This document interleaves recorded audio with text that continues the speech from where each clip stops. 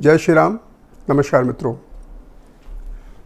मानस moral के इस episode में मैं आपके समक्ष भगवान शिव और माता पार्वती के पुनर्मिलन की कथा को लेकर उपस्थित हुआ हूँ।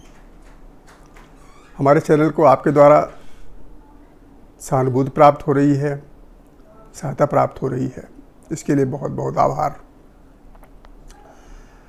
पिछले एपिसोड में हमने आपको माता पार्वती की तपस्या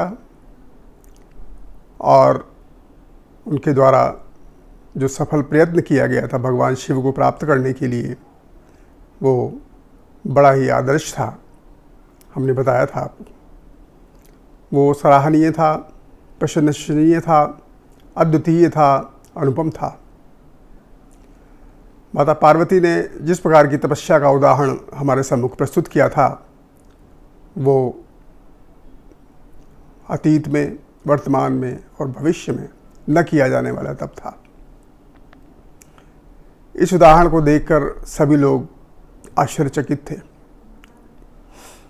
देवी देवता, सुर नर मुनि सभी लोग ये तपस्या देखकर अपार हर्षित भी थे।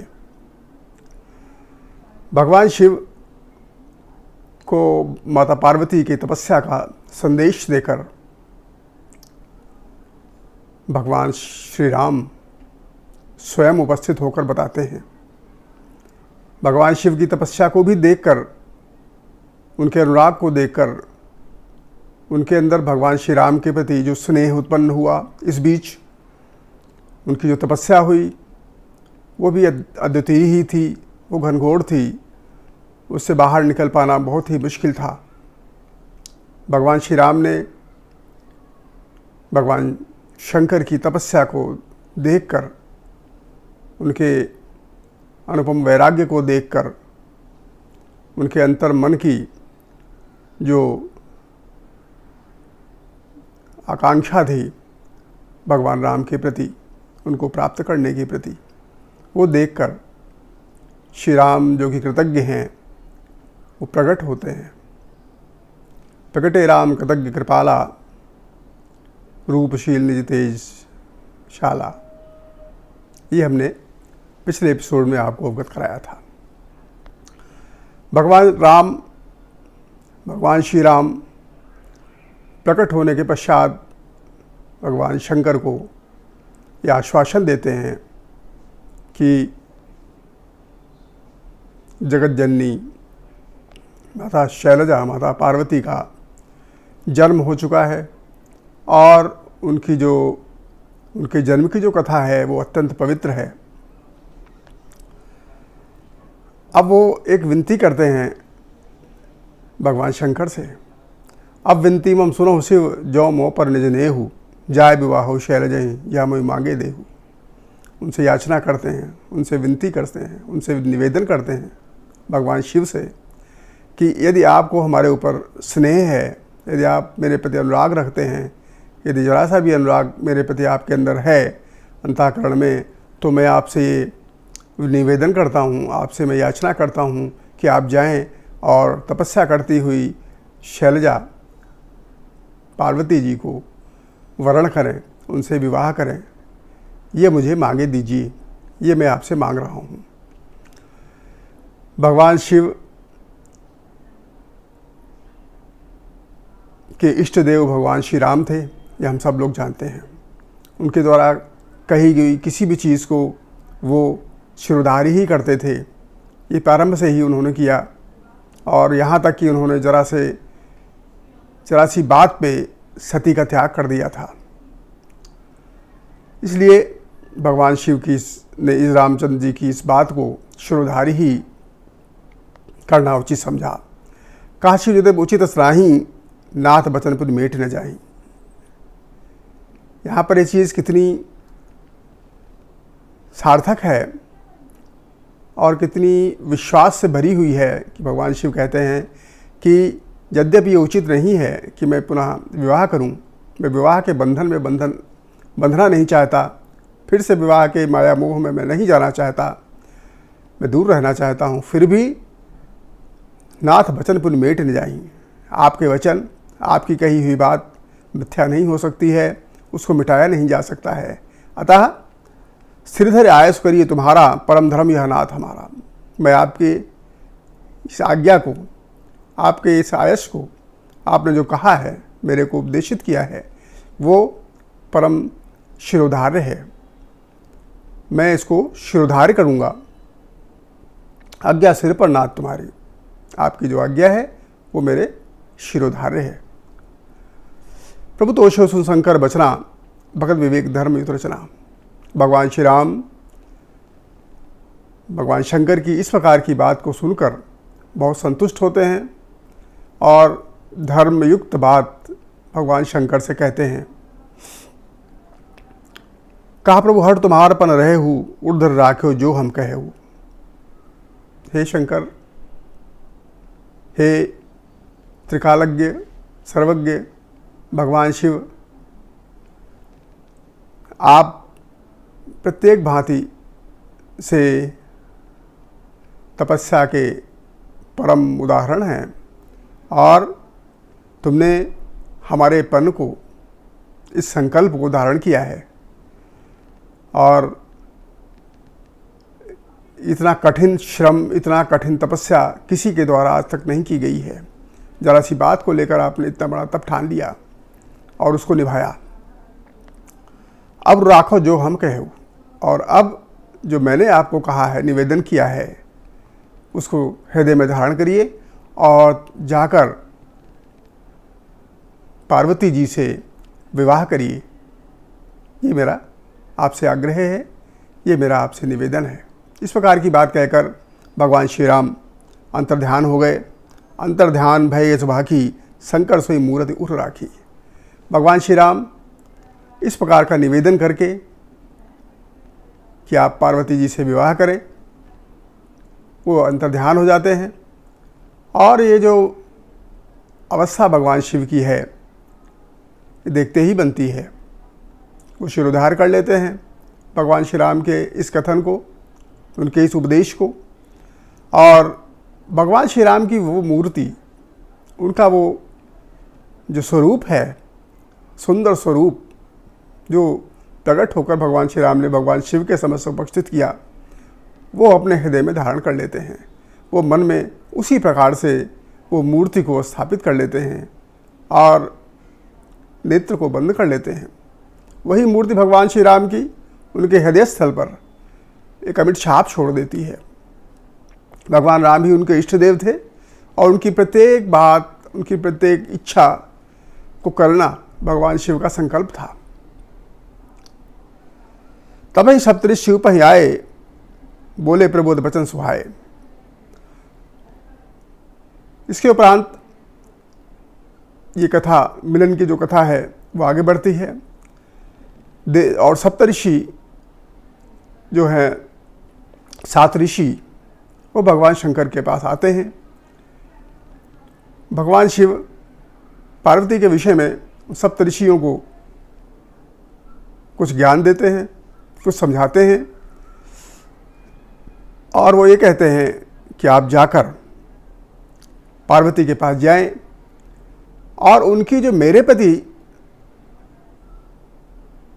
जो विश्वास है, उनका जो मेरे प्रति अनुराग उत्पन्न हुआ है, वो जो प्रेम उत्पन्न हुआ है, उसके गहन परीक्षा ले जाकर देखें कि क्या वो प्रेम मेरे प्रति उतना गहरा हो गया है जिसकी की आवश्यकता है। क्या वो मनसा वाचा कर्मणा मुझे ही चाहती है, मेरे प्रति ही उसने मुझको प्राप्त करने के लिए उसने इतना बड़ा तप किया है। इस सब को जाकर आप समझें और इसकी परीक्षा लें। पार्वती पहि जाए तुम प्रेम परीक्षा लेहु, गृह प्रेरी पठेहु भवन दूर करेहु संदेहु।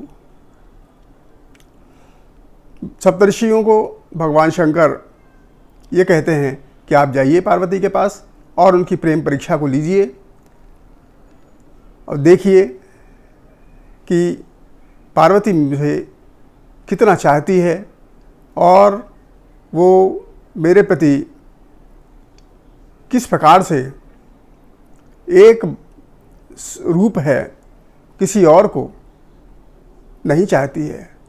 उसकी तपस्या क्या वास्तव में मेरे प्रति की गई है या उसके मन में कोई और भी विचार है, ये प्रत्येक प्रकार से आप समझिए और इसका परीक्षण करिए। फिर उसके बाद हिमाचल को भेजकर पार्वती की इस तपस्या को समाप्त कराइए।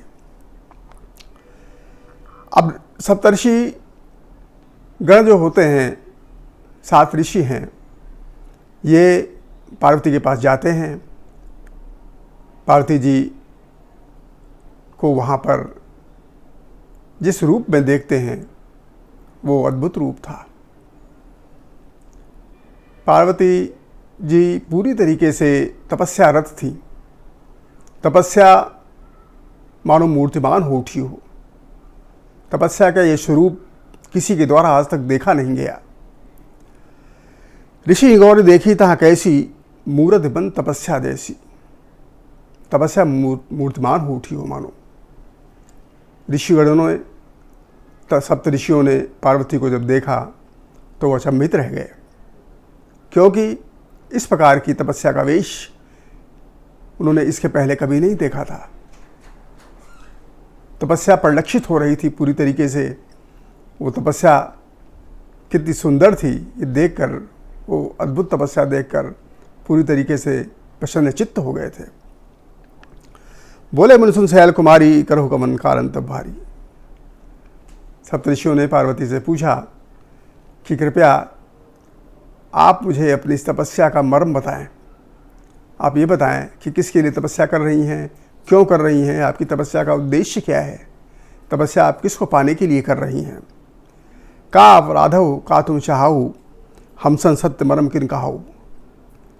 आप मुझे बताएं, मुझे अवगत कराएं कि आपकी आराधना का क्या स्वरूप है। आप किसे चाह रही हैं, किसकी आराधना कर रही हैं, किसके प्रति तपस्या कर रही हैं, किसको प्राप्त करने के लिए तपस्या कर रही हैं, इतना जीर्ण शीर्ण हो गई हैं। आप बताएं किसके कहने पर तपस्या कर रही हैं।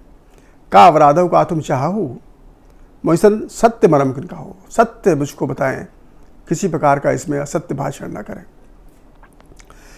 कहत बचन मनोज सकुचाई, हंसियों सुन हमारे जड़त आई। पार्वती जी ये कह रही हैं कि आप हमारी बात को सुनकर निश्चित रूप से हमारा उपहास करेंगे, क्योंकि हम लोग जड़ हैं। हमारे पिताजी भी हिमवान पर्वत हैं, वो जड़ हैं। उनसे उत्पन्न मैं भी जड़ता के ही स्वभाव को धारण किए हूँ। इसलिए मेरी बात को सुनकर आपको लगेगा कि मैं जड़ स्वभाव की हूँ, इसलिए ऐसी बात कह रही हूँ। मन हट पड़ा न सुनई सिखावा, चाहत बारे पर भीत उठावा। आपको लगेगा कि हम बालू के ऊपर, हम जल के ऊपर,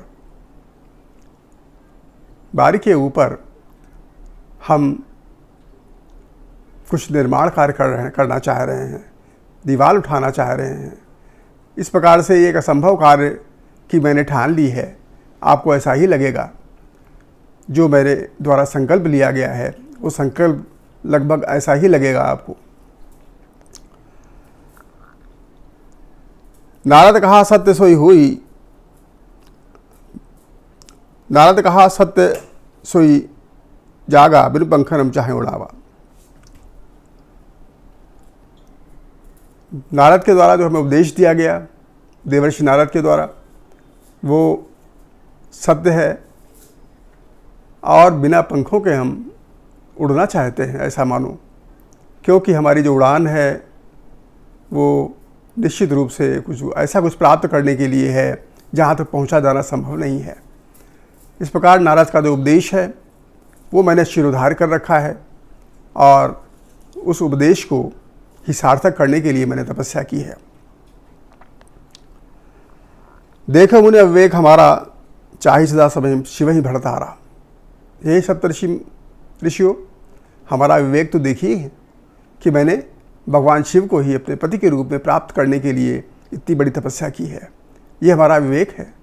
क्योंकि भगवान शिव को संभवतः प्राप्त नहीं किया जा सकता, लेकिन देवर्षि नारद के द्वारा मुझको उपदेश दिया गया है कि आपके जीवन में भगवान शिव ही पति के रूप में आएंगे।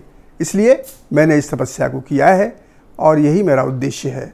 जो आप जानना चाह रहे हो कि मैं किस चीज़ की आराधना कर रही हूँ, क्या आराधना कर रही हूँ, तो आप सुन लीजिए कि मेरी आराधना भगवान शिव को प्राप्त करने के लिए है, यद्यपि आपको ये असंभव लगेगा। सुनत बचन बिहेसे ऋषय गिरि संभव तव देह, नारद कर उपदेश सुनु कहो बसे हो किस गेह। सप्तऋषि ऋषियों ने कहा कि आपका जो जन्म है वो पर्वत से हुआ है, हिमांचल आपके पिता हैं, निश्चित रूप से आपके अंदर जड़ता है और नारद के द्वारा, देवर्षि नारद के द्वारा आपको उपदेश दिया गया है, तो उनका तो स्वभाव निश्चित रूप से वैरागी है, वो साधु हैं, विचरण करने वाले। और क्या आज तक उन्होंने किसी के घर को बसाया है? उन्होंने किसी के घर को आज तक बसाया नहीं है, उजाड़ने के अलावा कोई कार्य नहीं किया है। और उनका उपदेश मानकर तुमने संकल्प ले लिया है, निश्चित रूप से तुम्हारा ये जो उद्देश्य है वो सार्थक नहीं है। तुम ऐसा मत करो, ये ऐसा प्राप्त करने योग्य नहीं है। ऐसा परीक्षा लेने के दृष्टिकोण से सप्तऋषि ऋषियों ने माता पार्वती के समक्ष ये कथन प्रस्तुत किया। ये परीक्षा का ही विषय था और वो और गहराई से जानना चाह रहे थे कि माता पार्वती भगवान शिव को कितनी गहनता के साथ एक मात्र आराधना के रूप में उनको प्राप्त करना चाहती हैं। इसीलिए उन्होंने ये बात उनके सामने रखी। अभी प्रसंग और आगे भी इसी प्रकार है, मैं आपको अगले एपिसोड में सुनाऊंगा। तब तक आप मेरे इस चैनल को सब्सक्राइब करें, लाइक करें और शेयर करें। बहुत बहुत धन्यवाद।